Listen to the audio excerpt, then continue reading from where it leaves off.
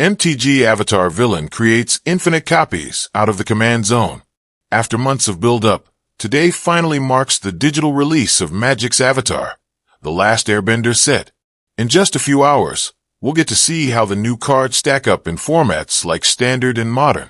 As with most recent sets, however, Avatar is also rammed to the gills with goodies for Commander. If you're looking to build an MTG Commander deck around one of the new legends from this set, then Fire Lord Azula is your best bet by far. Not only is this newcomer a powerhouse value card, but it's also ripe with combo potential. Fire Lord Azula is all about her second ability. A 4/4 body with fire bending 2 is decent, but let's be real. You're running this commander to copy spells. As copy effects go, this one is incredibly open-ended.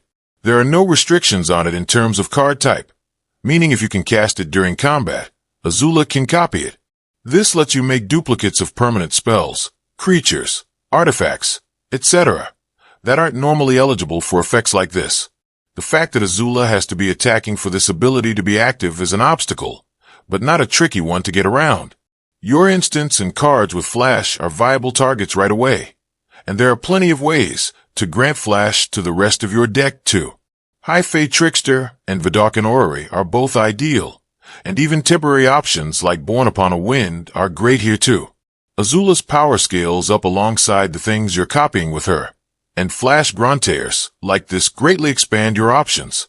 Once you've opened up your pool of copy options, Azula becomes an unpredictable force of nature. You might fire off a removal spell and take down 2 creatures. Alternatively, you might bring out a huge threat like Archon of Cruelty and rake in double the usual value. Thanks to Azula's fire-bending ability, big plays like this aren't out of the question at all. Assuming you make all your land drops, you'll have at least 7 mana the turn after Azula comes down. Playing Fire Lord Azula in fair ways like those described above is fine, but to really get the most out of this MTG card, you'll want to dig into its combo potential. Azula opens up a lot of different infinite combos, largely involving spells that copy other spells. If you cast a copy spell like Narset's Reversal or Reiterate while Azula is attacking, for example, you can copy it and have the copy target the original, then repeat this as many times as you'd like. Throw in a card with Magecraft, which triggers every time you copy a spell, and you're cooking. Sedgemoor, which can get you infinite 1/1s. Stormkiln Artist can get you infinite treasures, and Archmage Emeritus can draw you infinite cards. These copy chains have other uses, too. If you pair Narset's Reversal with something that generates mana, like Turnabout or Frantic Search, you can go infinite that way, since Reversal can return both cards to your hand to cast again. Reiterate can also go infinite with Seething Song, as you'll have enough mana to buy it back and keep the chain going. These loops are great ways to generate infinite mana and dump your entire deck in the graveyard in the case of Frantic Search. Azula also allows for fun variants on the classic Dualcaster Mage combo lines. Pair Dualcaster Mage with Snap, for example, and you can create infinite 2/2 tokens as well as infinite mana.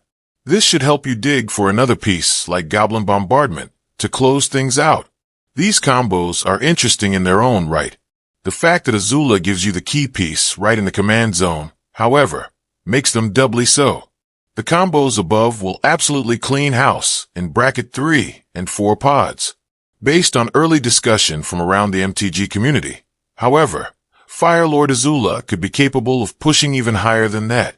CDH players, in particular, have been pondering Azula since it was first revealed.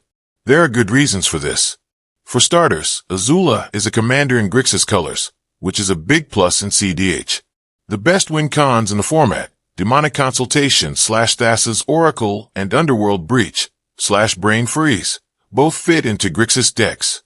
A lot of Grixis legends are run in CDH for this fact alone. Azula notably makes the Demonic Consultation combo much easier to execute. Rather than needing Thassa's Oracle in hand first, you can copy Consultation with Azula and use the first copy to get Oracle, then the second to get rid of your deck. The same combo is possible with Tainted Pact. You can also double up on gifts ungiven with Azula and grab a ton of pieces for the Breach combo while putting others in the graveyard.